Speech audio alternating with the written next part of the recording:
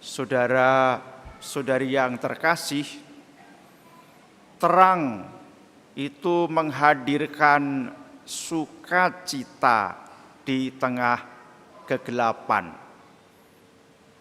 Terang dari sebuah misalnya lampu senter atau nyala api dapat membuat kita melihat sesuatu, dapat menyebabkan kita membaca sebuah teks, dapat menolong kita untuk melangkahkan kaki ke depan untuk mencari tempat yang kita inginkan.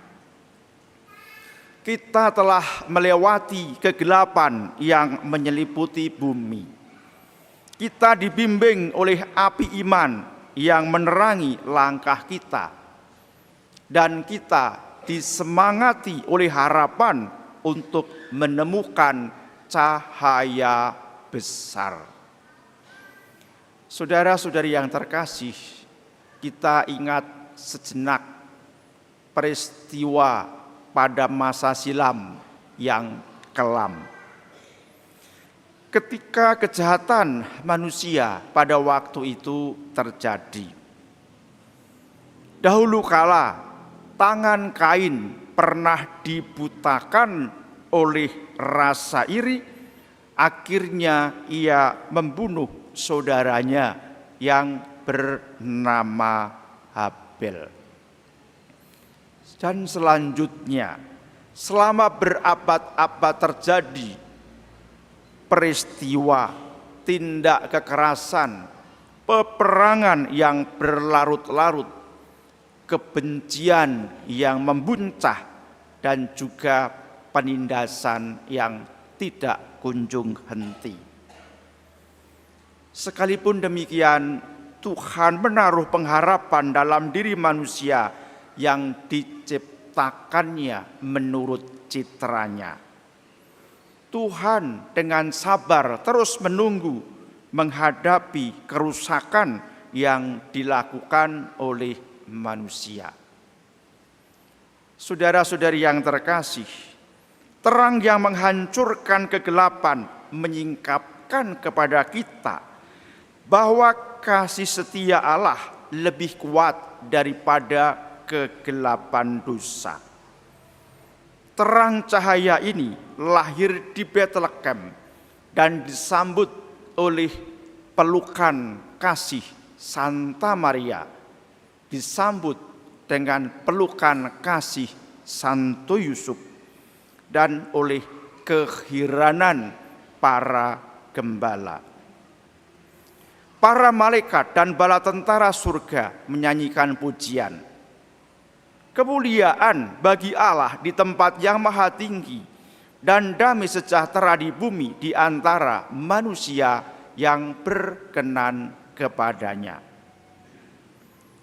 Dalam bacaan pertama, Nabi Yesaya menggambarkan sukacita umat manusia yang melihat terang, berhubung mereka berada dalam kegelapan. Umat manusia bersukacita karena kelahiran Raja Damai. Kekuasaannya itu besar dan damai sejahtera tidak akan berkesudahan. Saudara-saudari yang terkasih, bagi kita perayaan Natal merupakan perayaan sukacita karena Allah berkenan menjumpai ciptaannya dalam peristiwa kelahiran Yesus Kristus. Natal yang kudus menyajikan kepada kita kelahiran Juru Selamat sebagai terang yang menghalau kegelapan. Kehadiran Tuhan di tengah-tengah umatnya menghapus kesedihan dan kesengsaraan, serta membawa sukacita dan kebahagiaan. Saudara-saudari yang terkasih, Persekutuan Gereja-Gereja di Indonesia dan Konferensi Wali Gereja Indonesia mengajak kepada kita semua untuk merenungkan suatu tema, yang dinamai kemuliaan bagi Allah dan damai sejahtera di bumi.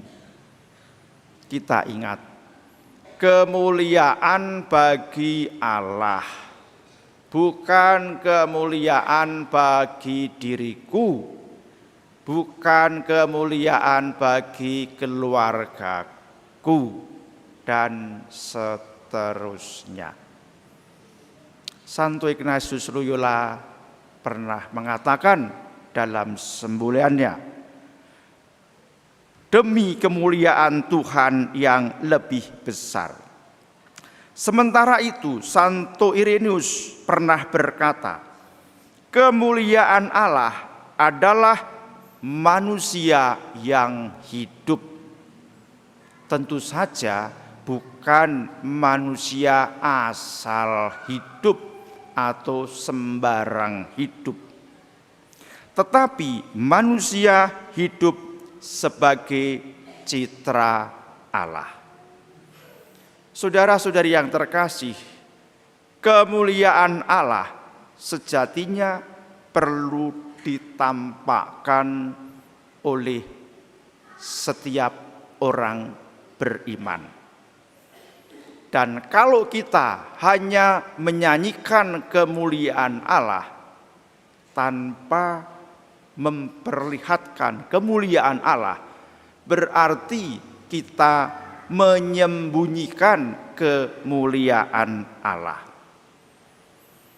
Kalau Allah itu maha mulia, maka sudah kodratnya manusia itu merupakan makhluk yang berakhlak mulia.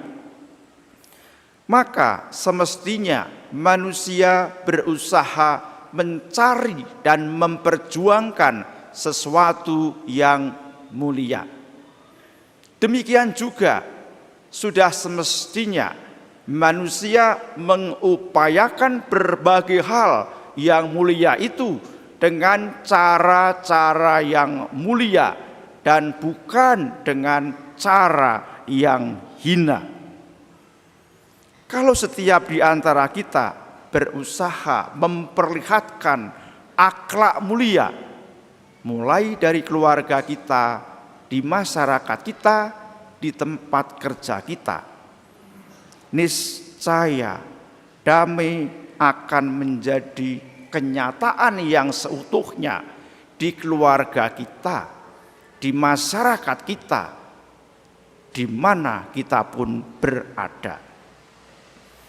Saudara-saudari yang terkasih, Persekutuan Gereja-Gereja di Indonesia dan Konferensi Wali Gereja Indonesia menyampaikan beberapa pesan kepada kita yang baik untuk kita perhatikan dan kita laksanakan secara bersama-sama.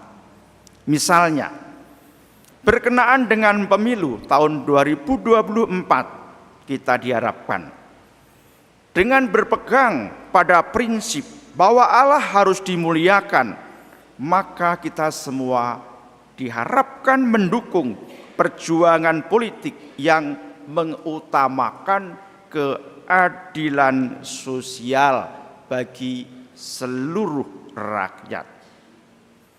Kita memuliakan Allah dengan membangun hubungan yang harmonis antar umat manusia dan berupaya menjaga dan merawat alam semesta. Damai sejahtera tidak hanya untuk manusia, tetapi juga untuk semua ciptaan yang berada di muka bumi ini. Kita semua dipanggil untuk turut menghadirkan sukacita kepada semua makhluk hidup yang kita jumpai. Kita memuliakan Allah dan mewujudkan damai sejahtera melalui media sosial dengan menyebarkan nilai-nilai seperti nilai kebaikan, nilai kebenaran, nilai keadilan, nilai persaudaraan, dan nilai-nilai luhur lainnya. Kita semua tentu sudah tahu dan punya pengalaman bahwa persaudaraan yang sedemikian akrab di masyarakat kita dapat terganggu berhubung adanya ujaran kebencian, berhubung adanya berita-berita yang palsu.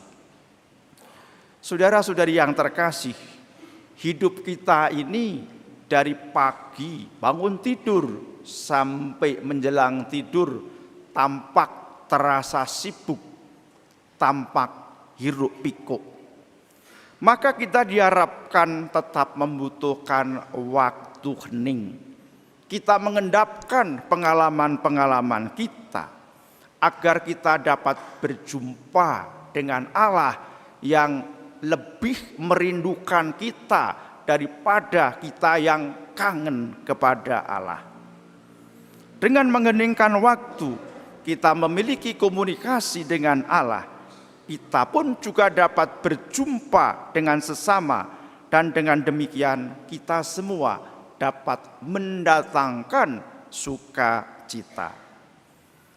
Saudara-saudari yang terkasih, semoga kita semua merasakan kasih Allah yang selalu menyertai hidup kita melalui perayaan Natal kali ini. Allah yang Maha Kasih selalu bersama kita. Immanuel, Allah beserta kita. Allah tidak pernah meninggalkan kita kapanpun juga, dalam situasi apapun juga. Oleh sebab itu, kita semua tidak perlu punya alasan untuk merasakan, apalagi mengatakan, aku ditinggal Tuhan. Tuhan dengan setia menyertai kita. Tuhan dengan setia akan menuntun langkah laku hidup kita. Dimuliakanlah Tuhan kini dan sepanjang masa. Amin. Mari kita berdiri, kita memperbarui iman kepercayaan kita.